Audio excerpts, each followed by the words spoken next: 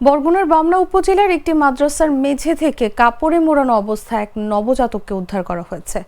স্থানীয়দের মাধ্যমে খবর পেয়ে শিশুটিকে উদ্ধার করে হাসপাতালে নিয়ে যান এক নারী। বর্তমানে শিশুটি বরগুনা জেনারেল হাসপাতালে চিকিৎসাধীন। বিষয়টি নিশ্চিত করেছেন বামনা উপজেলা নির্বাহী কর্মকর্তা মোসাম্মদ নিখাতারা। মঙ্গলবার সকালে বামনা উপজেলার ডোয়াতলা ইউনিয়নের চলাভাঙা ডিএসআর দাখিল মাদ্রাসা ভবনের নিচতলার মেঝেতে কাপড়ে মোড়ানো অবস্থায় নবজাতকটিকে দেখতে পান স্থানীয়রা। খোঁজ নিয়ে জানা যায়, সোমবার রাতের আধারে কে বা কারা কাপড়ে পেঁচিয়ে মাদ্রাসার নিচতলার মেঝেতে নবজাতকটিকে ফেলে রেখে যায়।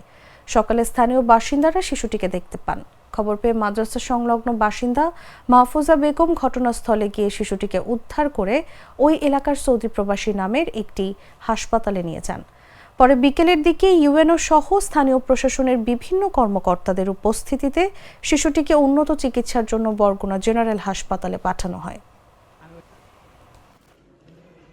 বাচ্চাটা 10 মিনিট আগে নিয়ে আসছে আমাদের কাছে। 4 তলায় শিশু ওয়ার্ডে আইসিইউর ভিতরে ভর্তি আছে। বাচ্চাটা এখন বর্তমানে ভালো পজিশন।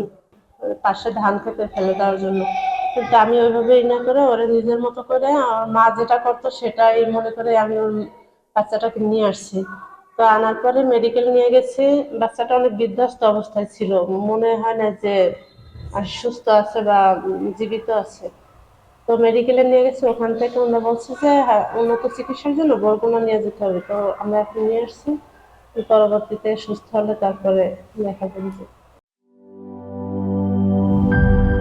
জীবনের সাথে চলে hi fi all time healthy life.